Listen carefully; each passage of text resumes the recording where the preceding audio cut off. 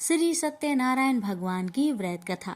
एक समय की बात है, नैमिषारण्य तीर्थ में सौनकादि 88,000 ऋषियों ने श्री सूत जी से पूछा, हे प्रभु, इस कलयुग में वेद विद्या रहित मनुष्य को प्रभु भक्ति किस प्रकार मिल सकती है तथा उनका उद्धार कैसे होगा? हे मुनि श्रेष्ठ, कोई ऐसा तप बताइए जिससे थोड़े समय में ही पुण्य मिले और मनोवांछित फल भी मिल जाए। इस प्रकार की कथा सुनने की हम इच्छा रखते हैं। सर्व शास्त्रों के ज्ञाता सूत जी बोले, हे वैष्णवों, मैं पूज्य आप सभी ने प्राणियों के हित की बात पूछी है, इसलिए मैं एक श्रेष्ठ व्रत को आप लोगों को बतलाऊंगा जिसे नारद जी ने लक्ष्मी नारायण जी से पूछा था और लक्ष्मीपति ने मुनि श्रेष्ठ नारद जी से कहा था। आप सब इसे ध्यान से सुनिए। एक समय की बात है, योगीराज नारद जी दूसरों के हित की इच्छा लिए अनेकों लोकों में घूमते हुए मृत्यु लोक में आ पहुंचे। यहाँ उन्होंने अनेक योनियों में जन्मे प्राय सभी मनुष्यों को अपने कर्मों द्वारा अनेकों दुख से पीड़ित देखा। उनका दुख देख नारद जी सोचने लगे कि कैसा यत्न किया जाए इसके करने से निश्चित रूप से मानव के दुखों का अंत हो जाए। इसी विचार पर मनन करते हुए वह विष्णु लोक में गए। वह देवों के इस भगवान नारायण की स्तुति करने लगे, जिनके हाथों में शंख, चक्र, गदा और पद्म थे, गले में वरमाला पहने हुए थे। स्तुति करते हुए नारद जी बोले, हे भगवान, आप अत्यंत शक्ति से संपन्न हैं। मन तथा वाणी भी आपको नहीं पा सकती है। आपका यदि मध्य तथा अंत नहीं है, निर्गुण स्वरूप सृष्टि के कारण भक्तों के दुख को दूर करने वाले, आपको मेरा नमस्कार है। नारद जी की स्तुति सुन विष्णु भगवान बोले, हे मुनि श्रेष्ठ, आपके मन में क्या बात है? आप किस काम के लिए पधारे हैं, उसे निसंकोच कहो। इस पर नारद मुनि बोले कि मृत्यु लोक में अनेक योनियों में जन्मे मनुष्य अपने कर्मों के द्वारा अनेकों दुख से दुखी हो रहे हैं। हे नाथ, आप मुझ पर दया रखते हैं तो बताइए कि वो मनुष्य थोड़े प्रयास से ही अपने दुखों से कैसे छुटकारा पा सकते हैं। श्री हरि बोले, हे नारद, मनुष्य की भलाई के लिए तुमने बहुत ही अच्छी बात पूछी है, जिसके करने से मनुष्य मोह से छूट जाता है। वह बात मैं कहता हूँ, उसे सुनो। स्वर्ग लोक व मृत्यु लोक दोनों में एक दुर्लभ उत्तम व्रत है जो पुण्य देने वाला है। आज प्रेम वश होकर मैं उसे तुमसे कहता हूँ। श्री सत्यनारायण भगवान का यह व्रत अच्छी तरह विधान पूर्वक करके मनुष्य तुरंत ही यहाँ सुख भोग कर मरने पर मोक्ष पाता है। श्री हरि के वचन सुन नारद जी बोले कि उस व्रत का फल क्या है और उसका विधान क्या है। यह व्रत किसने किया था, इस व्रत को किस दिन करना चाहिए, सभी कुछ विस्तार से बताए। नारद की बात सुनकर श्री हरि बोले, दुख व शोक को दूर करने वाला यह व्रत सभी स्थानों पर विजय दिलाने वाला है। मानव को भक्ति व श्रद्धा के साथ शाम को श्री सत्यनारायण की पूजा धर्म में परायण होकर ब्राह्मणों व बंधुओं के साथ करनी चाहिए। भक्ति भाव से ही नैवेद्य केले का फल, घी, दूध और गेहूं का आटा सवाया ले। गेहूं के स्थान पर साठी का आटा, शक्कर तथा गुड़ लेकर वह सभी भक्षण योग्य पदार्थों को मिलाकर भगवान का भोग लगाए। ब्राह्मणों सहित बंधु बांधवों को भी भोजन कराए।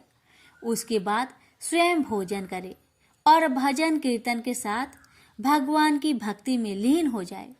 इस तरह से सत्यनारायण भगवान का यह व्रत करने पर मनुष्य की सारी इच्छाएं निश्चित रूप से ही पूरी होती है। इस कली काल अर्थात कलयुग में मृत्यु लोक में मोक्ष का यही एक सरल उपाय है। इति श्री सत्यनारायण व्रत कथा प्रथम अध्याय संपूर्ण। श्रीमन नारायणे नारायणे नारायण, भज मन नारायणे नारायणे नारायण। श्री सत्यनारायण भगवान की जय। सूत जी बोले, हे ऋषियों, जिसने पहले समय में इस व्रत को किया था उसका इतिहास कहता हूँ, ध्यान से सुनो। सुंदर काशीपुरी नगरी में एक अत्यंत निर्धन ब्राह्मण रहता था। भूख प्यास से परेशान हुआ धरती पर घूमता रहता था। ब्राह्मणों से प्रेम करने वाले भगवान ने एक दिन ब्राह्मण का भेष धारण कर उसके पास जाकर पूछा, हे ब्रीप, नित्य दुखी होकर तुम पृथ्वी पर क्यों घूमते हो? दीन ब्राह्मण बोला, मैं निर्धन ब्राह्मण हूँ, भिक्षा के लिए धरती पर घूमता हूँ। हे भगवान, यदि आप इसका कोई उपाय जानते हो तो बताइए। वृद्ध ब्राह्मण कहता है कि सत्यनारायण भगवान मनोवांछित फल देने वाले हैं, इसलिए तुम उनका पूजन करो। इसे करने से मनुष्य सभी दुखों से मुक्त हो जाता है।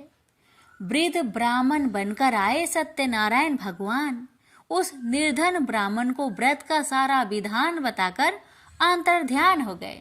मन ही मन सोचने लगा कि जिस व्रत को वृद्ध ब्राह्मण करने को कह गया है मैं उसे जरूर करूंगा। यह निश्चय करने के बाद उसे रात में नींद नहीं आई।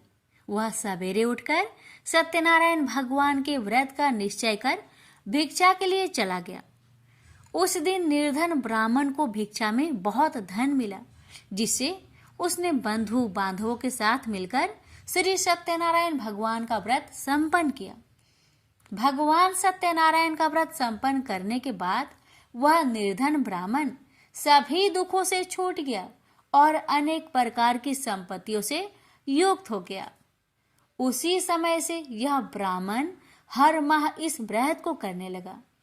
इस तरह से सत्यनारायण भगवान के व्रत को जो भी मनुष्य करेगा वह सभी प्रकार के पापों से छूटकर मोक्ष को प्राप्त होगा। जो मनुष्य इस व्रत को करेगा वह भी सभी दुखों से मुक्त हो जाएगा। सूत जी बोले कि इस तरह से नारद जी से नारायण जी का कहा हुआ श्री सत्यनारायण व्रत को मैंने तुमसे कहा। हे वृपो, मैं अब और क्या कहूँ? ऋषि बोले, हे मुनिवर, संसार में उस व्रीप से सुनकर और किस किस ने इस व्रत को किया, हम सब इस बात को सुनना चाहते हैं। इसके लिए हमारे मन में श्रद्धा का भाव है। सूत जी बोले, हे मुनियों, जिसने इस व्रत को किया है वह सब सुनो। एक समय वही व्रीप धन व ऐश्वर्य के अनुसार अपने बंधु बांधवों के साथ इस व्रत को करने को तैयार हुआ। उसी समय एक लकड़ी बेचने वाला बूढ़ा आदमी आया और लकड़ियां बाहर रखकर अंदर ब्राह्मण के घर में गया। प्यास से दुखी वह लकड़हारा उनको व्रत करते देख व्रीप को नमस्कार कर पूछने लगा कि आप यह क्या कर रहे हैं तथा इसे करने से क्या फल मिलेगा, कृपया मुझे भी बताइए।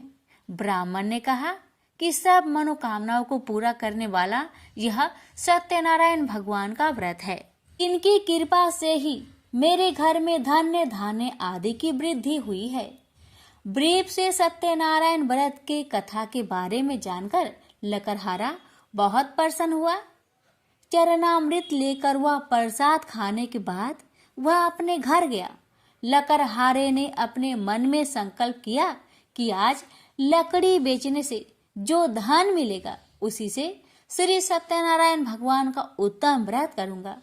मन में इस विचार को ले बूढ़ा आदमी सिर पर लकड़ियां रख उस नगर में बेचने गया जहां धनी लोग ज्यादा रहते थे। उस नगर में उसे अपनी लकड़ियों का दाम पहले से 4 गुना अधिक मिलता है। बूढ़ा प्रसन्नता के साथ दाम लेकर केले, शक्कर, घी, दूध, दही और गेहूं का आटा ले और सत्यनारायण भगवान की व्रत की अन्य सामग्रियां लेकर अपने घर गया। वहां उसने अपने बंधु बांधवों को बुलाकर विधि विधान से सत्यनारायण भगवान का पूजन और व्रत किया। इस व्रत के प्रभाव से वह बूढ़ा लकड़हारा धन पुत्र आदि से युक्त होकर संसार के समस्त सुख भोग अंत काल में बैकुंठ धाम को चला गया। इति श्री सत्यनारायण व्रत कथा दूसरा अध्याय संपूर्ण। श्रीमन नारायण नारायण नारायण भज मन नारायण नारायण नारायण। श्री सत्यनारायण भगवान की जय। सूत जी बोले, हे श्रेष्ठ मुनियों, अब आगे की कथा कहता हूँ। पहले समय में उल्कामुख नाम का एक बुद्धिमान राजा था। वह सत्य वक्ता और जितेंद्रिय था। प्रतिदिन देव स्थानों पर जाता और निर्धनों को धन देकर उनके कष्ट दूर करता था। उसकी पत्नी कमल के समान मुख वाली तथा सती साध्वी थी। भद्रशिला नदी के तट पर उन दोनों ने श्री सत्यनारायण भगवान का व्रत किया। उसी समय साधु नाम का एक वैश्य आया। उसके पास व्यापार करने के लिए बहुत सा धन भी था। राजा को व्रत करते देखकर वह विनय के साथ पूछने लगा, हे राजन, भक्ति भाव से पूर्ण होकर आप यह क्या कर रहे हैं? मैं सुनने की इच्छा रखता हूँ, तो आप मुझे बताए। राजा बोले, हे साधु, अपने बंधु बांधवों के साथ पुत्र आदि की प्राप्ति के लिए एक महाशक्तिमान श्री सत्यनारायण भगवान का व्रत व पूजन कर रहा हूँ। राजा के वचन सुन साधु आदर से बोला, हे राजन, मुझे इस व्रत का सारा विधान कहिए। आपके कथा अनुसार मैं भी इस व्रत को करूँगा। मेरी भी संतान नहीं है और इस व्रत को करने से निश्चित रूप से मुझे संतान की प्राप्ति होगी। राजा से व्रत का सारा विधान सुनकर व्यापार से निवृत्त हो वह अपने घर गया। साधु वैश्य ने अपनी पत्नी को संतान देने वाले इस व्रत का वर्णन कह सुनाया और कहा कि जब मेरी संतान होगी तब मैं इस व्रत को करूंगा। साधु ने इस तरह के वचन अपनी पत्नी लीलावती से कहे। एक दिन लीलावती पति के साथ आनंदित हो सांसारिक धर्म में प्रवृत्त होकर सत्यनारायण भगवान की कृपा से गर्भवती हो गई। 10वें महीने में उसके गर्भ से एक सुंदर कन्या ने जन्म लिया। दिनों दिन वह ऐसे बढ़ने लगी जैसे कि शुक्ला पक्ष का चंद्रमा बढ़ता है। माता पिता ने अपनी कन्या का नाम कलावती रखा।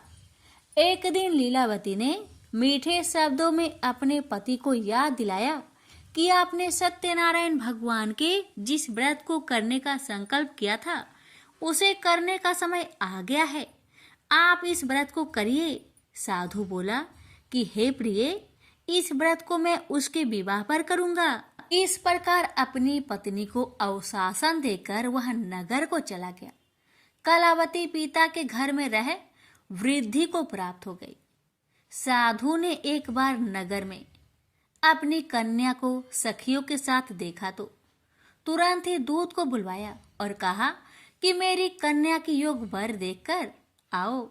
साधु की बात सुनकर दूत कंचन नगर में पहुंचा और वहां देखभाल कर लड़की के सुयोग बनिक पुत्र को ले आया। सुयोग लड़के को देख साधु ने बंधु बांधवों को बुलाकर अपनी पुत्री का विवाह कर दिया। लेकिन दुर्भाग्य की बात ये कि साधु ने अभी भी श्री सत्यनारायण भगवान का व्रत नहीं किया। इस पर श्री भगवान क्रोधित हो गए और श्राप दिया कि साधु को अत्यधिक दुख मिले। अपने कार्य में कुशल साधु बनिया जमाई को लेकर समुद्र के पास स्थित होकर रत्नासारपुर नगर में गया। वहां जाकर दामाद ससुर दोनों मिलकर चंद्रकेतु राजा के नगर में व्यापार करने लगे। एक दिन भगवान सत्यनारायण की माया से एक चोर राजा का धन चुराकर भाग रहा था। उसने राजा के सिपाहियों को अपना पीछा करते देख चुराया हुआ धन वहां रख दिया जहां साधु अपने जामाई के साथ ठहरा हुआ था। राजा के सिपाहियों ने साधु वैश्य के पास राजा का धन पड़ा देखा तो वह ससुर जामाई दोनों को बांधकर प्रसन्नता से राजा के पास ले गए और कहा कि उन दोनों चोरों को हम पकड़ लाए हैं। आप आगे की कार्यवाही की आज्ञा दे। राजा की आज्ञा से उन दोनों को कठिन कारावास में डाल दिया गया और उनका सारा धन भी उनसे छीन लिया गया। श्री सत्यनारायण भगवान के शराप से साधु की पत्नी भी बहुत दुखी हुई। घर में जो धन रखा था उसे चोर चुरा ले गए। शारीरिक तथा मानसिक पीड़ा व भूख प्यास से अति दुखी हो अन्न की चिंता में कालावती के ब्राह्मण के घर गई। वहां उसने श्री सत्यनारायण भगवान का व्रत होते देखा। फिर कथा भी सुनी। वह प्रसाद ग्रहण कर वह रात को घर वापस आई। माता ने कलावती से पूछा कि हे पुत्री, अब तक तुम कहाँ थी? तेरे मन में क्या है? कलावती ने अपने माता से कहा, हे माता, मैंने एक ब्राह्मण के घर में श्री सत्यनारायण भगवान का व्रत देखा है। कन्या के वचन सुन लीलावती भगवान की पूजन की तैयारी करने लगी। लीलावती ने परिवार व बंधुओं सहित सत्यनारायण भगवान का पूजन किया और उनसे वर मांगा कि मेरे पति तथा जमाई शीघ्र घर आ जाए। साथ ही यह भी प्रार्थना की कि हम सबका अपराध क्षमा करे। श्री सत्यनारायण भगवान इस व्रत से संतुष्ट हो गए और राजा चंद्रकेतु को सपने में दर्शन दे कहा कि हे राजन, तुम उन दोनों वेश्या को छोड़ दो और तुमने उनका जो धन लिया है उसे वापस कर दो।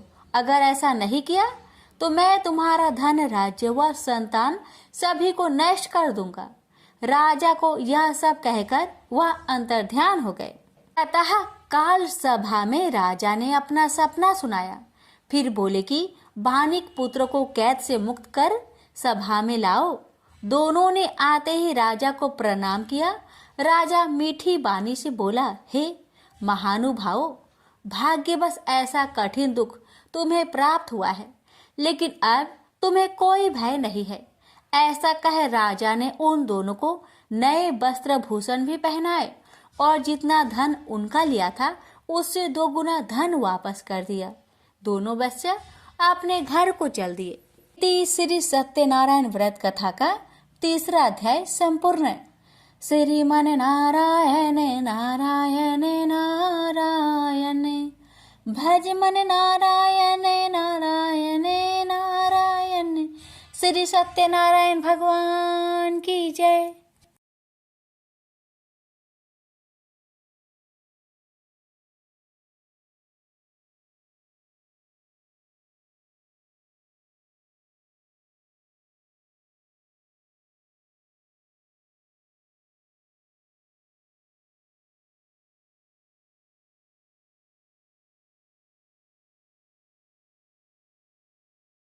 सूत जी बोली, वेश्या ने मंगलाचार कर अपनी यात्रा आरंभ की और अपने नगर की ओर चल दिया। उसके थोड़ी दूर जाने पर एक दंड भेषधारी श्री सत्यनारायण ने उनसे पूछा, हे साधु, तेरी नाव में क्या है?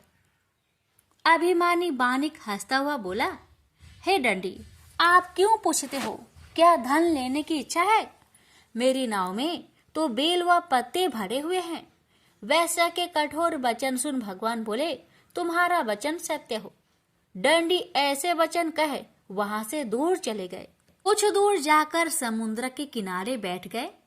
दंडी के जाने के बाद साधु वैश्या ने नित्य क्रिया के पश्चात नाव को ऊंची उठते देखकर अचंभा माना और नाव में बेल पत्ते आदि देख वह मूर्छित हो जमीन पर गिर पड़ा। मूर्छा खोलने पर वह अत्यंत शोक में डूब गया। तब उसका दामाद बोला कि आप शोक न मनाए, यह दंडी का श्राप है, इसलिए हमें उनकी शरण में जाना चाहिए, तभी हमारी मनोकामना पूरी होगी। दामाद की बात सुनकर वह दंडी के पास पहुंचा और अत्यंत भक्ति भाव नमस्कार करके बोला, मैंने आपसे जो असत्य वचन कहे थे उनके लिए मुझे क्षमा दे। ऐसा कहकर महान शोकातुर हो रोने लगा। दंडी भगवान बोले, हे बानिक पुत्र, मेरी आज्ञा से बार बार तुम्हें दुख प्राप्त हुआ है। तू मेरी पूजा से विमुख हुआ। साधु बोला, हे भगवान, आपकी माया से ब्रह्मा आदि देवता भी आपके रूप को नहीं जानते, तब मैं अज्ञानी कैसे जान सकता हूँ? आप प्रसन्न होइए। अब मैं सामर्थ्य के अनुसार आपकी पूजा करूंगा। मेरी रक्षा करो और पहले के समान नौका में धन भर दो। साधु वैश्य के भक्ति पूर्वक वचन सुनकर भगवान प्रसन्न हो गए और उसकी इच्छा अनुसार वरदान देकर अंतर ध्यान हो गए। ससुर जमाई जब नाव पर आए तो नाव धन से भरी हुई थी। फिर वही अपने अन्य साथियों के साथ सत्यनारायण भगवान का पूजन कर अपने नगर को चल दिए। जब नगर के नजदीक पहुंचे तो दूत को घर पर खबर करने के लिए भेज दिया। दूत साधु की पत्नी को प्रणाम कर कहता है कि मालिक अपने दामाद सहित नगर के निकट आ गए हैं। दूत की बात सुन साधु की पत्नी लीलावती ने बड़े हर्ष के साथ सत्यनारायण भगवान का पूजन कर अपनी पुत्री कलावती से कहा कि मैं अपने पति के दर्शन को जाती हूँ, तो कार्य पूर्ण कर शीघ्र आ जाना। माता के ऐसे वचन सुन कलावती जल्दी में प्रसाद छोड़ अपने पति के पास चली गई। प्रसाद की अवज्ञा के कारण श्री सत्यनारायण भगवान रुष्ट हो गए और नाव सहित उसके पति को पानी में डुबो दिए। कलावती अपने पति को वहां ना पाकर रोती हुई जमीन पर गिर गई। नौका को डूबा हुआ देख वह कन्या को रोता देख साधु दुखी होकर बोला कि हे प्रभु, मुझसे तथा मेरे परिवार से जो भूल हुई है उसे क्षमा करे। साधु के दीन वचन सुनकर श्री सत्यनारायण भगवान प्रसन्न हो गए और आकाशवाणी हुई, हे साधु, तेरी कन्या मेरे प्रसाद को छोड़कर आई है, इसलिए उसका पति अदृश्य हो गया है। यदि वह घर जाकर प्रसाद खाकर लौटती है तो इसे उसका पति अवश्य मिलेगा। ऐसी आकाशवाणी सुन कलावती घर पहुंचकर प्रसाद खाती है और फिर आकर अपने पति के दर्शन करती है। उसके बाद साधु अपने बंधु बांधवों सहित श्री सत्यनारायण भगवान का विधि विधान से पूजन करता है। इस लोक का सुख भोग वह अंत में स्वर्ग जाता है। इति श्री सत्यनारायण व्रत कथा चतुर्थ अध्याय संपूर्ण। श्रीमन नारायणे नारायणे नारायणे भज मन नारायणे नारायणे नारायण। श्री सत्यनारायण भगवान की जय। श्री सूत जी बोले, हे ऋषियों, मैं और भी एक कथा सुनाता हूँ, उसे भी ध्यान पूर्वक सुनो। प्रजा पालन में लीन तुंगध्वज नाम का एक राजा था।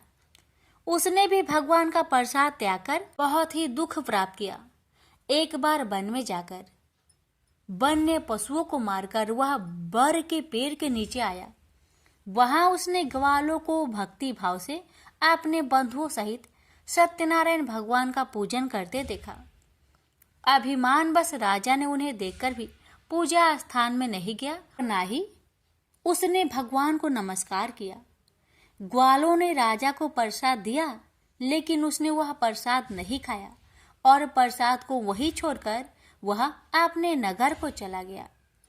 जब वह नगर में पहुंचा तो वहां सब कुछ तहस नहस हुआ पाया, तो वह शीघ्र ही समझ गया कि यह सब भगवान ने ही किया है। वह दोबारा ग्वालों के पास पहुंचा और विधि पूर्वक पूजा कर प्रसाद खाया, तो श्री सत्यनारायण भगवान की कृपा से सब कुछ पहले जैसा हो गया। दीर्घ काल तक सुख भोगने के बाद मरोना उपरांत उसे स्वर्ग लोक की प्राप्ति हुई। तो मनुष्य परम दुर्लभ इस व्रत को करेगा तो भगवान सत्यनारायण की अनुकंपा से उसे धन्य धान्य की प्राप्ति होगी। निर्धन धनी हो जाता है और भय मुक्त हो जीवन जीता है। संतानहीन मनुष्य को संतान सुख मिलता है और सारे मनोरथ पूर्ण होने पर मानव अंत काल में वैकुंठ धाम को जाता है। सूत जी बोले, जिन्होंने पहले इस व्रत को किया है, अब उनके दूसरे जन्म की कथा कहता हूँ। वृद्ध संतानंद ब्राह्मण ने सुदामा का जन्म लेकर मोक्ष की प्राप्ति की। लकरहारे ने अगले जन्म में निषाद बनकर मोक्ष प्राप्त किया। उल्कामुख नाम का राजा दशरथ होकर वैकुंठ को गए। साधु नाम के वैश्य ने मोरध्वज बनकर अपने पुत्र को आरे से चीरकर मोक्ष पाया। महाराज तुंगध्वज ने स्वयंभू होकर भगवान में भक्ति युक्त हो कर्म कर मोक्ष पाया। श्री सत्यनारायण व्रत कथा का 5वां अध्याय संपूर्ण हुआ। श्रीमन नारायण नारायण नारायण भज मन नारायण नारायण नारायण। श्री सत्यनारायण भगवान की जय। श्रवण करें श्री सत्यनारायण भगवान की आरती। जय लक्ष्मी रमना स्वामी, जय लक्ष्मी रमना, सत्यनारायण स्वामी जनपात के हरना। ओम जय लक्ष्मी रमना स्वामी, जय लक्ष्मी रमना। रत्न जरित सिंहासन अद्भुत छवि राजे, नारद करत नीराजन घंटा ध्वनि बाजे। ओम जय लक्ष्मी रमना स्वामी, जय लक्ष्मी रमना। प्रकट भय काली कारण द्विज को दर्श दियो, बूढ़ा ब्राह्मण बनकर कंचन महल कियो। ओम जय लक्ष्मी रमना स्वामी, जय लक्ष्मी रमना। दुर्बल भील कठारो जिन पर कृपा करी, चंद्रचूड़ एक राजा तिनकी विपत्ति हारी। ओम जय लक्ष्मी रमना स्वामी, जय लक्ष्मी रमना। वैश्य मनोरथ पावो श्रद्धा तज दिन ही, सो फल भोग्यो प्रभु जी फिर स्तुति किन्ही। ओम जय लक्ष्मी रमना स्वामी, जय लक्ष्मी रमना। भाव भक्ति के कारण ने छिन छिन रूप धरियो, श्रद्धा धारण किन्ही तिनको काज सरियो। ओम जय लक्ष्मी रमना स्वामी, जय लक्ष्मी रमना। ग्वाल बाल संग राजा वन में भक्तिकारी, मनोवांछित फल दीन्हो दिन दयाल हरि। ओम जय लक्ष्मी रमना स्वामी, जय लक्ष्मी रमना। चढ़त प्रसाद सवायो कदली फल मेवा, धूप दीप तुलसी से राजी सत्य देवा। ओम जय लक्ष्मी रमना स्वामी, जय लक्ष्मी रमना। श्री सत्यनारायण जी की आरती जो कोई नर गावे, रिद्धि सिद्धि सुख संपत्ति सहज रूपे पावे। जय लक्ष्मी रमना स्वामी, जय लक्ष्मी रमना। सत्यनारायण स्वामी जनपात के हरना। प्रेम से बोलिए श्री सत्यनारायण भगवान की जय।